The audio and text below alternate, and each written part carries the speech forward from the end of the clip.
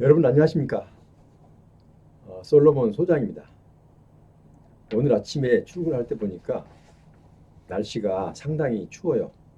바람도 좀 불고 특히 이렇게 환절기가 오면 감기 조심하셔야 됩니다.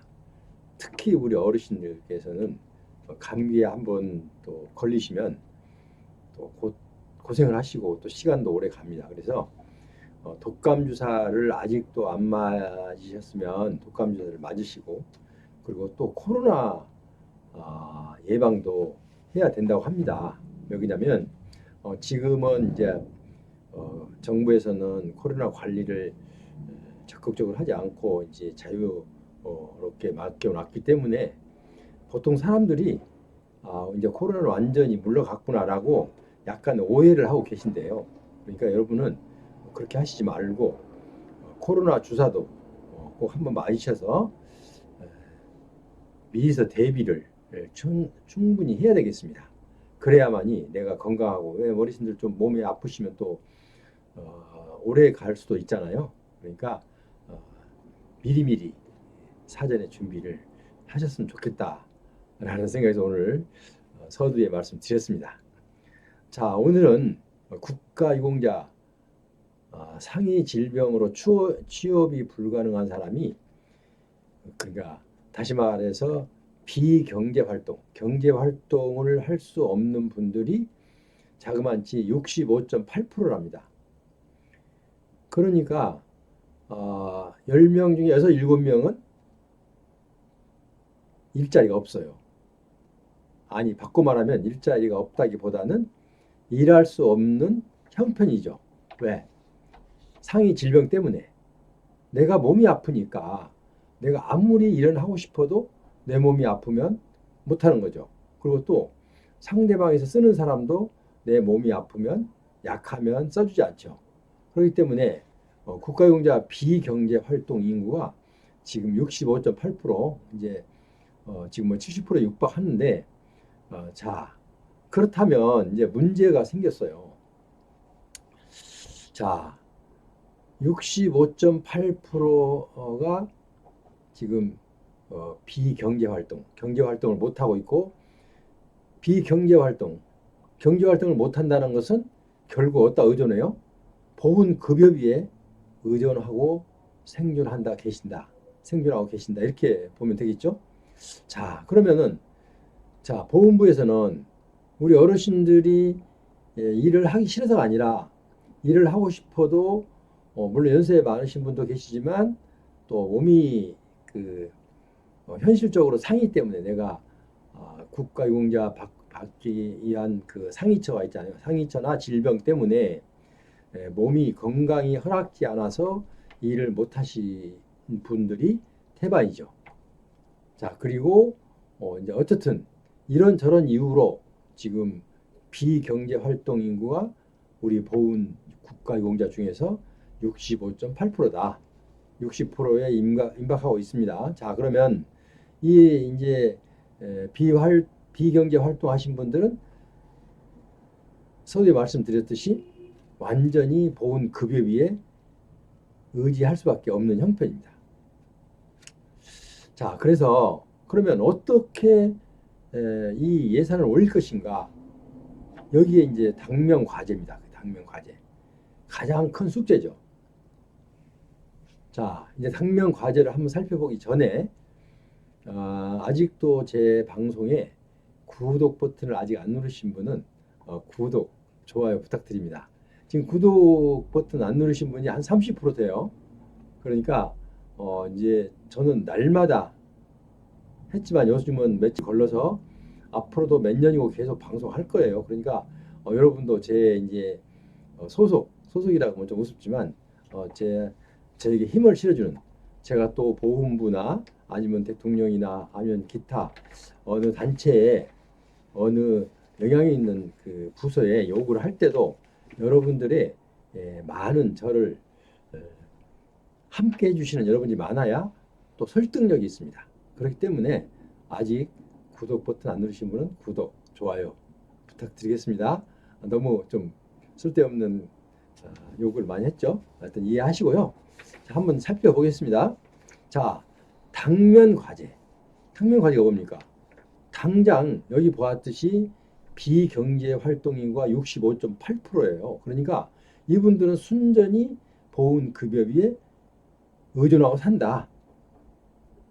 자, 보훈급여비가 적으면 적은 대로 그만큼 힘들고 어렵게 살겠죠. 그래서 자, 그럼 보훈급여비를 어느 정도 올려줘야 되느냐? 지금 보면은 2024년도 내년도 2024년도 보훈급여비 최저생계비 현실화. 최저생계비는 최소한 최저생계비 정도는 현실화 시켜줘야 된다. 이렇게 말할 수가 있습니다. 자, 최저생계비가 안 되면 어떻게 해요? 너무 어렵게 사는 거죠. 자, 보건복지부 최저생계비를 내년 거를 지금 산출해 놨는데요. 1인 가구가 133만 7천 원이고 2인 가구가 220만 9천 원이래요. 자, 그러면 우리가 지금 이 보훈급여비가 여기에 버금갑니까? 깐대잖아요. 제가 지금 더보기란에 붙여놨는데요. 7급 기준을 보면요. 보훈 대상자, 그러니까 7월 1일 이후에 받은 보훈 대상자, 보훈 국가용자가 아니고 보훈 대상자. 보훈 대상자가 지금 옛날에는 2012년 그때 당시에는 어르신들이 이제 다 국가용자가 됐지만은 2012년 7월 1일부터는 국가용자와 보훈 보상 대상자가 나눠졌다는 거 다 알고 계시죠? 자, 그럼 지금 젊은 층들이죠. 이제 국내에서 군 생활 하든 이런 상의를 입은 사람들이죠. 그분들은 참 여기다 지금 올려놓지 않고 제가 첨부란에 붙여놨어요. 얼마냐면요. 2012년 7월 1일 이후 국가유공자가 되지 않고 보훈 대상자밖에 안 됐다. 그러면요. 월 국가유공자에게 제공되는 월 급여가 얼마예요? 39만 8천 원이에요. 39만 8천 원. 이게 말이 됩니까? 39만 8천 원이 말이 되냐고요. 7급이 아무리 보훈 보상 대상자라 하더라도 39만 8천 원? 이거는 분명히 제고해야 됩니다. 자, 그리고 자, 그러면 39만 8천 원에서 보건복지부에서 최저생계비 133만 7천 원이면 100만 원이 약 100만 원이 모자란 거예요. 100만 원. 100만 원이 없는 그 짜투리 가지고 살아야 된다는 얘기죠. 물론 젊은 사람들이 많이 있기 때문에 그분들은 어떻게 하든 몸이 좀 아파도 뭐 현장에 가서 일을 하겠죠. 어떤 일을 해도. 자, 어쨌든 그리고 이제 국가용자에서 2012년 6월 30일 이전 분들은 조금 다릅니다. 자, 일반인이 56만 8천 원. 7급의 경우입니다. 7급의 경우. 그 다음에 고령자는 66만 5천 원. 무위탁자는 84만 2천 원. 무위탁자가 뭡니까? 아무도 도움을 줄 사람이 없는 거예요. 그분들도 84만 원밖에 못 받는 거예요. 자, 그럼 보건복지부의 최저생계비는 133만 7천 원이에요. 그러면 무위탁자도 아무 도움을 받지 못하는 무위탁자도 84만 원이니까 90, 100, 110, 120, 130, 50만 원이 마이너스예요. 50만 원이 모자란 금액을 지금 받고 있다. 이런 얘기예요. 자, 이걸 어떻게 해결해야 됩니까? 이건 정말 전무후무한 큰 과제입니다. 큰 과제고 쉽게 해결할 수 없는 큰 과제이기 때문에 어떻게 해결해야 될까를 정부는 고심해야 됩니다.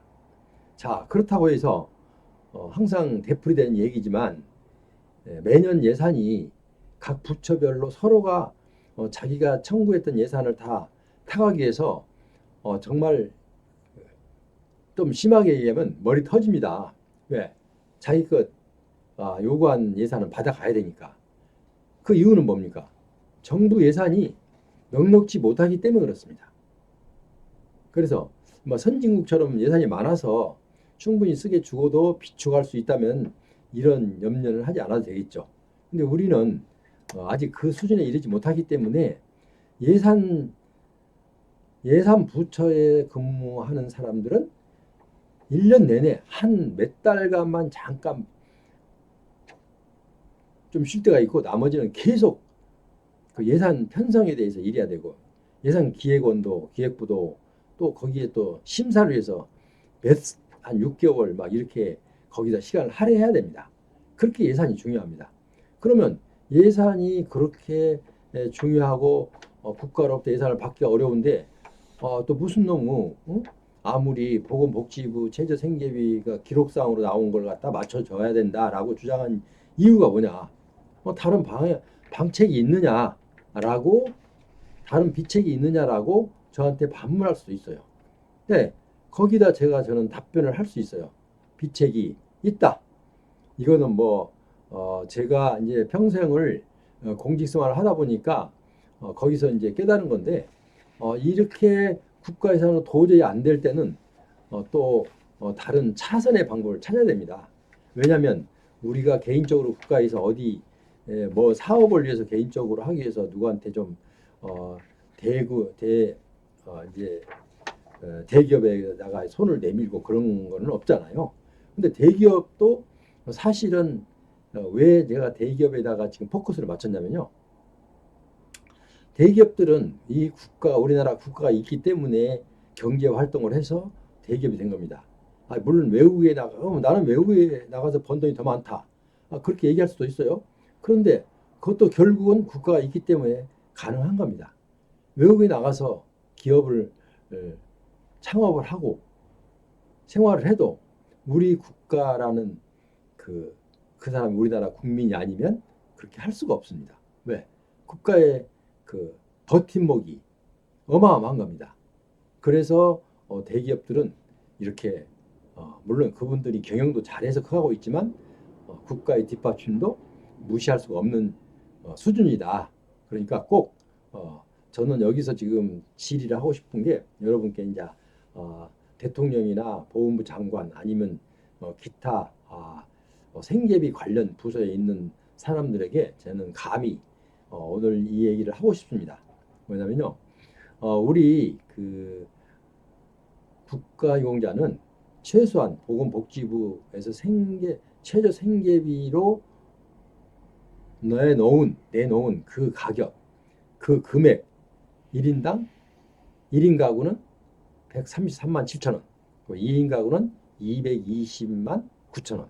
자, 이거는 꼭 해줘야 된다라고 저는 적극적으로 강조하고 있습니다. 자, 그럼 돈이 없는데 어떻게 주느냐라고 저한테 반문할 수 있어요. 그럴 때 저는 답을 이렇게 합니다. 이렇게 하면 됩니다. 어떻게 해요? 우리 정부는 예를 들어서 대통령이 각 부처 이제 그 그룹 회장들이나 이런 데하고 한 번씩 자주는 아니겠지만 어쩌다 이제 필요할 때 이렇게 대담할 때가 있습니다. 그럴 때나 아니면 이제 대통령이 한 말씀 하시면 그 대기업에서 회의에 참석한 회장들이나 아니면 기타 참석자들이 그 내용을 알고 이제 회사에 보고하겠죠. 자, 이런 회의 내용이 이거입니다라고 이제 회사에다 보고할 거예요. 뭐냐면 대통령께서 우리 그 국가 유공자들이 사실은 예산이 모자라서 늘 이렇게 최저 생계비를 지급을 못하고 있다. 그러니까 우리 대기업들, 우리 회장단들도 좀 이 국가유공자에게 현실화, 그러니까 최저 생계비는 드려야 되기 때문에 정부에서 예산이 모자란 부분을 조금만 좀 협조 좀 해주면 좋겠습니다. 라고 일단 요구를 하면 지금까지 이제 제가 그 공직생활 경험으로 봐서 이게 가능한 부분입니다. 거기서 나는 안 됩니다라고 못해요. 왜냐하면 지난 정부 때는 거의 국가에다 쓰지 않고 개인적으로 쓰면서도 착복하고 이런 분도 있었잖아요. 그러니까 국가에다 쓰는 거예요. 분명히 어디다 써요? 그 보훈 그러니까 국가 유공자들에게 최저 생계비를 맞춰주기 위해서 쓰는 거기 때문에 누구 어떤 사람이 말해도 거기에 대하여 불만을 갖거나 기분 나쁘게 생각하시는 분은 없어요. 물론 기업에서는 좀 힘들지도 몰라요.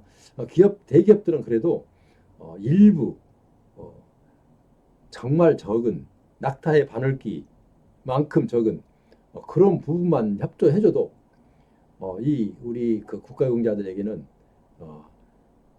보건복지부에서 정해놓은 최저 생계비는 가능할 것이다 라고 저는 감히 이 얘기를 꺼내놓은 겁니다. 자, 그래서 이제 대통령이 그런 식으로 한번 꺼내놓고 나중에 실무자가 움직여야 되죠. 보건복지부 장관이 다시 한번 뭐 방문하기 어려우면 이제 전화라도 아니면은 또 그 관계된 직원을 대동하고 방문도 할 수 있고 이렇다고 해서 뭐 국가에서 이거를 해주기 위해서 뭐 그렇게 하냐고 비난하는 사람은 없어요. 왜? 본인들이 쓰는 거 아니니까.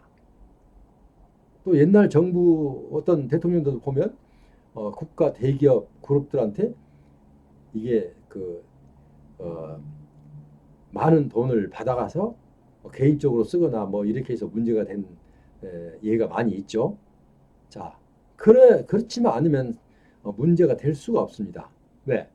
우리 국가를 위해서 이렇게 희생을 한 몸이 다쳐서 상의를 입고 어렵게 사시는 분들을 최소한 최저 생계비를 맞춰주겠다는데 반대를 그렇게 할 수가 없습니다.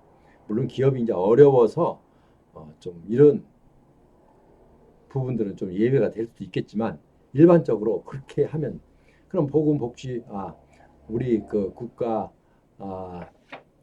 예비 장관이 그 보건부 장관께서 대통령이 그 대기업들한테 요구한 그런 내용을 좀 협조문 형식으로 해서 해도 법적으로도 큰 문제는 없습니다.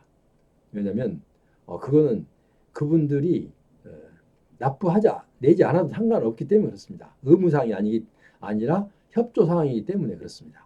그래서 감히 2024년도 보훈 국가유공자에게 지급되는 보훈 보상비는 최소한 최저 생계비는 맞춰줘야 된다.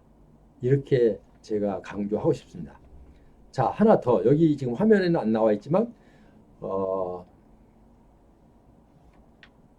더보기란에 보면 설명란에 보면 제가 뭘 해놨냐면